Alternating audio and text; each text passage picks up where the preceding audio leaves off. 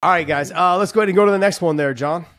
Well, you got Bobby Green going up against the baddie in Paddy Pimblett. How do you see this one playing out? I'm officially known as King Green now. He changed his name legally. Legally, it is now just King Green. Oh, he changed it legally. He changed it. Yes, he did. The Bobby is no longer there. I'm still calling his ass the Bobby. King. So am I. You guys can kick rocks, man. I fought him when he was Bobby. It's going to be Bobby. I've known him. Right. I've known him Bobby for years. Yeah, it's going to stay Bobby. We're going to keep it as Bobby because I like Bobby, actually. Bobby's a great dude. He's been on our podcast. If you guys haven't seen that interview, go back through the archives and check it out. But it was a great conversation. We actually had to cut it a little bit short. It was about 40 minutes, 50 minutes long. We had to cut a little bit short because he was blazing and smoking and while he was talking to us, and it got a little out of control. This could be a good fight. I actually think it's going to be a great good fight. Yeah. I don't think people are giving Paddy the credit he deserves he's a good fighter.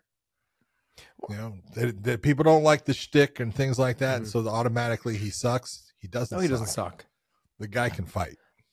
This is a good step up in competition for him. Bobby's getting older. Okay. I wouldn't say he's slowing down. He still has a lot of pressure, but he has been, he got the Drew Dober knockout. He hasn't been fighting like he had been earlier when making the run during COVID. He was so active during COVID and was having some great fights during that time. Well, they do have a common opponent. If you're looking at it, Tony Ferguson. You know, Paddy went the 3 rounds with him, and then Bobby finished him right at the end. Yeah, with a submission. Yeah, I mean, I look at Paddy will be the bigger fighter. He will be the physically bigger framed fighter. Yes. And when I'm looking at that, I think that may start to wear on a little bit. But I think stand-up wise, that Bobby's going to give Paddy some problems. Yeah. You know, Bobby's got to keep tight with the defense, which he normally does. He just can't afford for his back to be against the fence. That's when he gets into trouble because that Philly shell, that little roll, those type of things. When you put your back to the fence, it makes it more difficult to turn your shoulders and you got nowhere to go. Yeah. Not only that, you can't dip your head back. You can't slide in, slide out, all of those things to counter. So he's got to make sure that he's taking the center of the cage. And I'll give him more success in the center of the cage against Paddy. I also think that Paddy's going to have a hard time taking him down and holding him down. I don't think that Paddy can take him down and hold him down. I think he'll get him down. I'm just not sure he can hold him down. Yeah, I look at it that Paddy in the stand-up, Paddy actually throws his hands well, and he's got good kicks. He hides his kicks behind his hands. He does a lot of things well. He's gonna have to keep himself from getting flustered by missing against Bobby Green, because if he starts to get flustered right away because he's missing, and then he starts to overextend, Bobby's gonna eat him up. So he's got to just look at it and say, hey, this is all about just touching him. And when I get the opportunity to lay one in there, then I'll lay one in there. But I just want to keep touching him, touching him. And that's the way to beat Bobby. I don't see Paddy having the wrestling to get Bobby down unless Bobby overextends on something and makes a mistake.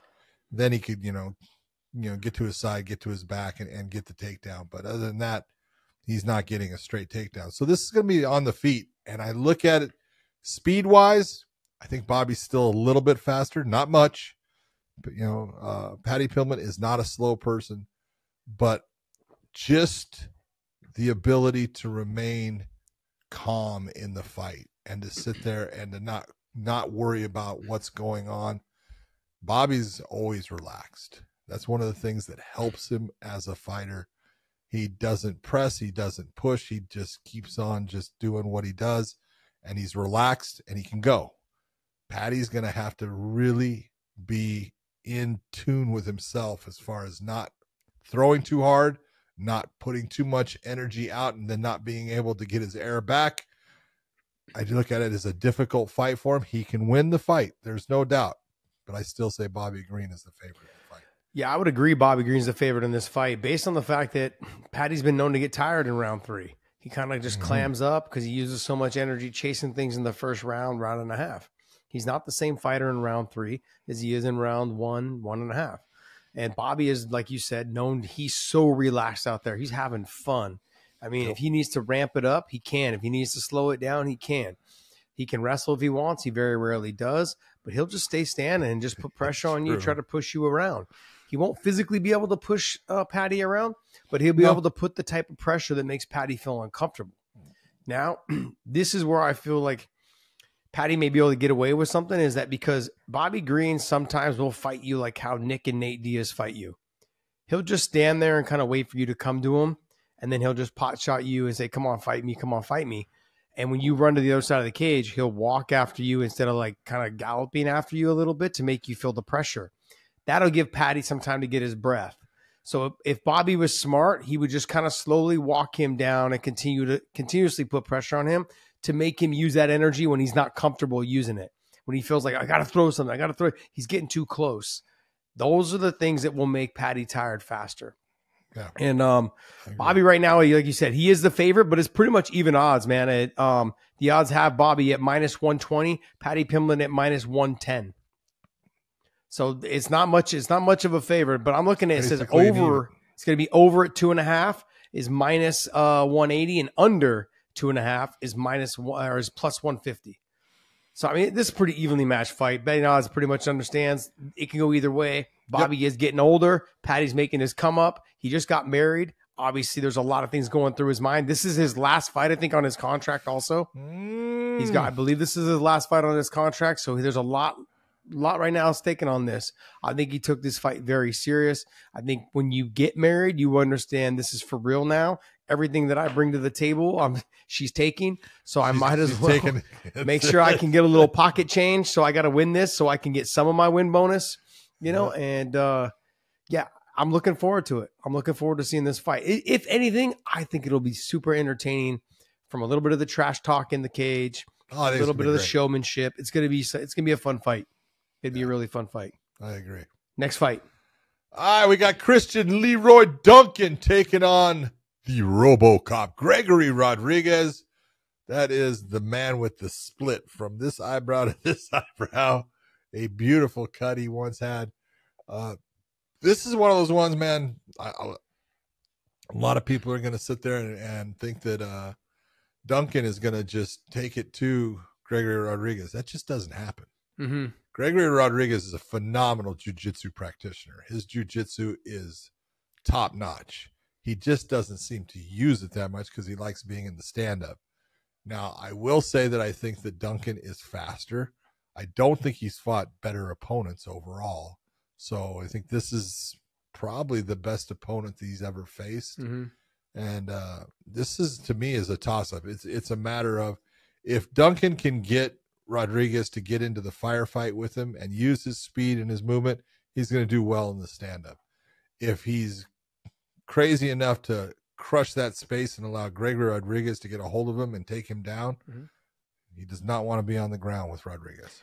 John, I don't even have this fight on my fight news. It's on the ESPN and UFC website. It's not on there. So this must be the fight that they replaced the Manel. That's the one that they replaced. So the Manel and Mokaev is the one that got bumped off to put this one on. Don't ask me why. Yeah, a little bit of brief research into the Manel Kape case. Let's hear it. Manel Kape recently on a podcast said that he was in an altercation with Mokaev and split his head open with an elbow at the PI. He had teammates confirm the story, but that is, like none of that is technically proven, but the internet is saying it's either that or a possible weight miss. Oh, so they're on the prelims though, correct? They're not off the card. Yeah, they're still fighting. They're on the card. So weird, man. There might be punishment for an altercation. I'm not saying the elbow didn't happen. I'm not saying a cut didn't happen. It just depends on how long ago it happened. As long as it's 10 days, you're fine. Yeah, they said it was like 3 weeks ago. Oh, yeah, that's fine. It's just punishment then. You two idiots were acting up at the PI. That's exactly it, man. Well, you went from being on the main card to... I hope you learn. Because that's... Yep. We pay you guys to fight inside a cage, not at our fucking Performance Institute. That's dummies. Yeah, the Performance Institute is there for you guys to get in shape and spar. Yeah, I didn't know that this fight was on this card, but yeah, I would actually have to agree with you. I think that Gregory Rodriguez is going to be a tougher fight than people are giving him credit for. He will stand and trade. I don't think he'll force the takedown, but he is damn good on the ground. And if he does get this fight to the ground, I think he'll have success there. On these betting odds, you got Rodriguez at a +110, and Duncan at a minus 140. It seems normal. I mean, I would see that. About right. Rodriguez has been like, he does take a shot really well. He will keep coming forward. He has a dog in him. So if he does get dropped, he'll keep fighting. But if this fight does hit the ground, I think that he's able to probably get the submission. The top pressure he puts, the submission attacks, as well as some of that ground and pound, I think he'll have a good chance, but he's got to get the fight to the ground if he wants to win. I agree with you. The whole key is, like, he can be in the stand-up with Duncan for a while. Mm-hmm. You can't be the whole fight. No. You know, if you're on your feet the whole fight with this guy, he's going to win. So agree with you. We'll see what he does. Next fight.